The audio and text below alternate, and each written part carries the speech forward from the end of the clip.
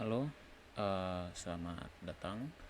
Perkenalkan, nama saya Reguna Kusuma Putra dari kelas E2 dengan NIM 0402052150. Untuk tugas mata kuliah kreatif periklanan dan pemasaran, kali ini saya akan ngejelasin strategi dari periklanan. Ya, strategi kreatif dari periklanan. Tapi sebelum itu ada pengantar dari Ibu Nikmah Hadiati Salisah selaku dosen pengampu mata kuliah ini. Assalamualaikum. Alam semesta beserta seluruh isinya senantiasa saling berinteraksi dan berkomunikasi. Di saat penghuni alam semesta bermasalah dalam interaksinya, lihat dan cari informasi tentang bagaimana cara komunikasi yang dipilih. Komunikasi yang tepat akan menghasilkan solusi yang menyeimbangkan semua pihak.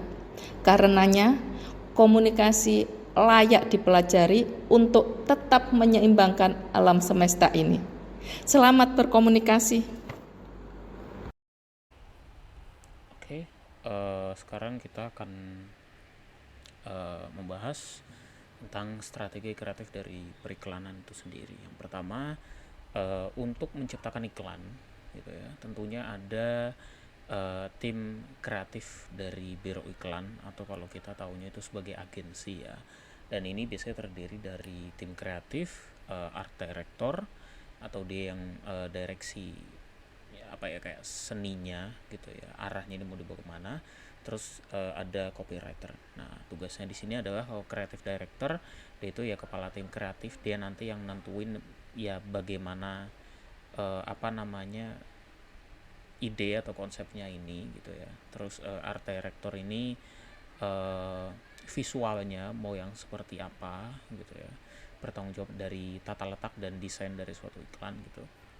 Dan copywriter ini yang bikin kata-katanya gitu, atau kalau kita biasanya tahu kalau di iklan itu entah tagline gitu ya, atau entah ya kata-kata yang membuat kita terngiang-ngiang kepada iklan dari satu produk itu. Yang kedua ada proses desain pesan pada iklan gitu ya. Yang pertama tuh ada brief gitu ya, brief kreatif gitu. Jadi ini hanya sebagai panduan fungsinya atau sebagai kerangka dasar. Yang kedua messaging strategy gitu ya, atau strategi dari pesan. Jadi kira-kira dalam pembawaan pesan dalam iklan ini mau dibawakan yang kayak gimana gitu, strateginya gitu, nanti masuk pesannya kapan dan segala macamnya. Terus yang terakhir ada execution style-nya. Nah, eksekusi, nah ini ya self explanatory ya, eksekusinya bagaimana gitu, entah dia secara serius atau secara ini ya ditentukan dari dokumen brief dan director tadi gitu ya. Nah, untuk membuat creative brief gitu ya, tentunya harus mengidentifikasi dulu kebutuhan dari klien tentunya ya. Jadi yang pertama, klien ini yang pasti ya sudah pasti pengen memecahkan masalahnya melalui komunikasi, itu yang pertama gitu. Yang kedua, tujuan dari iklan tersebut. Jadi tujuan iklan itu beda-beda ya.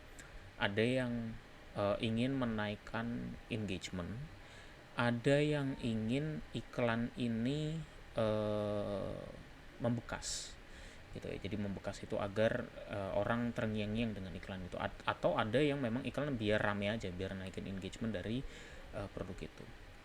Nah, terus nanti harus diidentifikasikan juga, oke, tujuannya udah ketemu, sekarang produknya apa.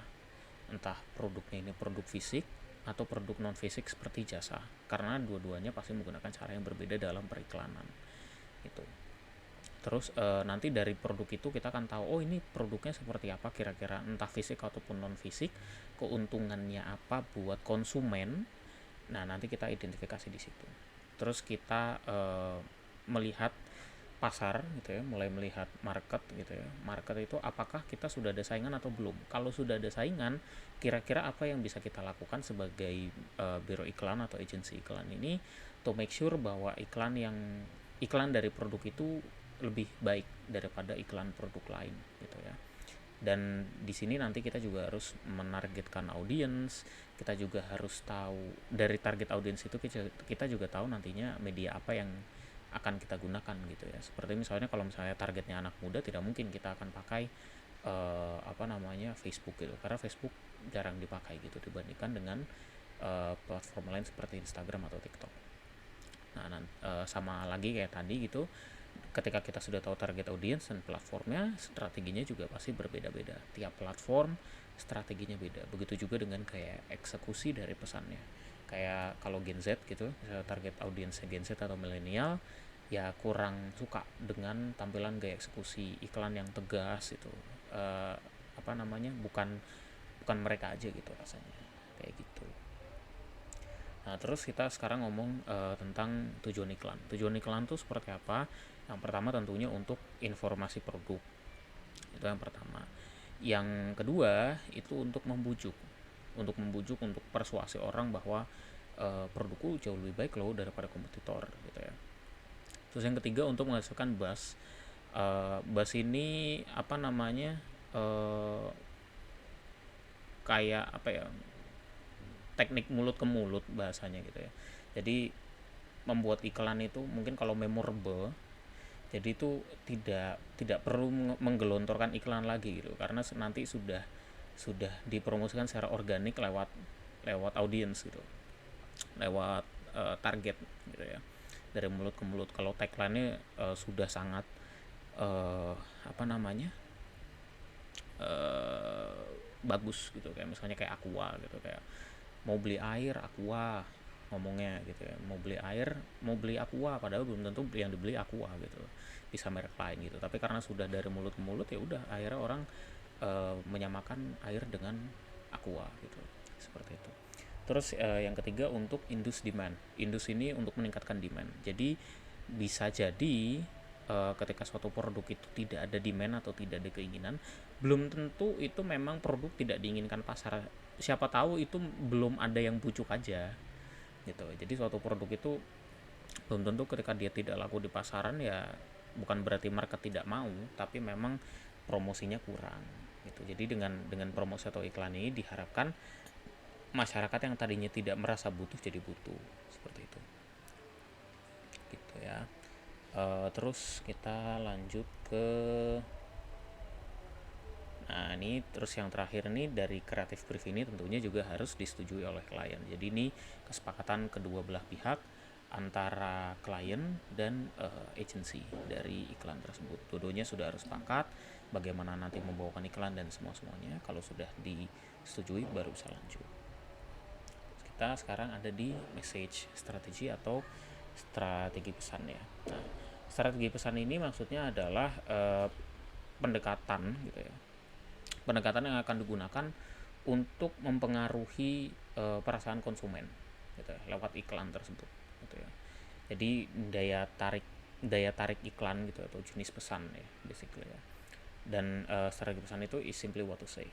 Jadi ya keluarkan aja ya apa yang memang ingin dipromosikan, seperti itu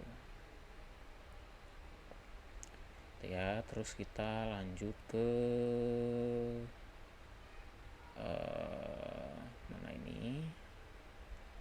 Nah ini sekarang kita di jenis-jenis pesan ya.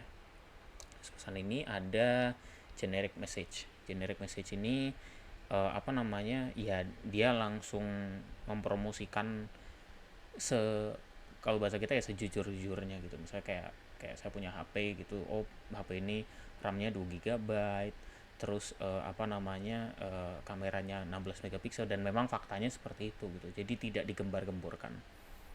Itu generic message. Nah, terus habis itu ada preemptive message. Preemptive message ini atau mendahului ini membuat klaim superiority atau klaim kehebatan dari produk gitu ya. Kayak misalnya tolak angin gitu ya. Kayak tolak angin itu kan orang pintar minum tolak angin gitu. Itu kan klaim superiority, kayak kalau mau pintar ya harus minum tolak angin gitu. Terus habis itu ada counternya lagi yang orang bejo gitu. Orang pintar kalah sama orang bejo gitu. Ya, itu kan preemptive message, claim superiority. Jadi kira-kira gitu. Sampai situ aja untuk penjelasan strategi kreatif periklanan kali ini. Terima kasih sudah mendengarkan. Terima kasih juga kepada Ibu Nikmah Hadiati Salisa selaku dosen pengampu mata kuliah kreatif periklanan dan pemasaran ini. Kalau ada salah kata mohon dimaafkan. Wassalamualaikum warahmatullahi wabarakatuh.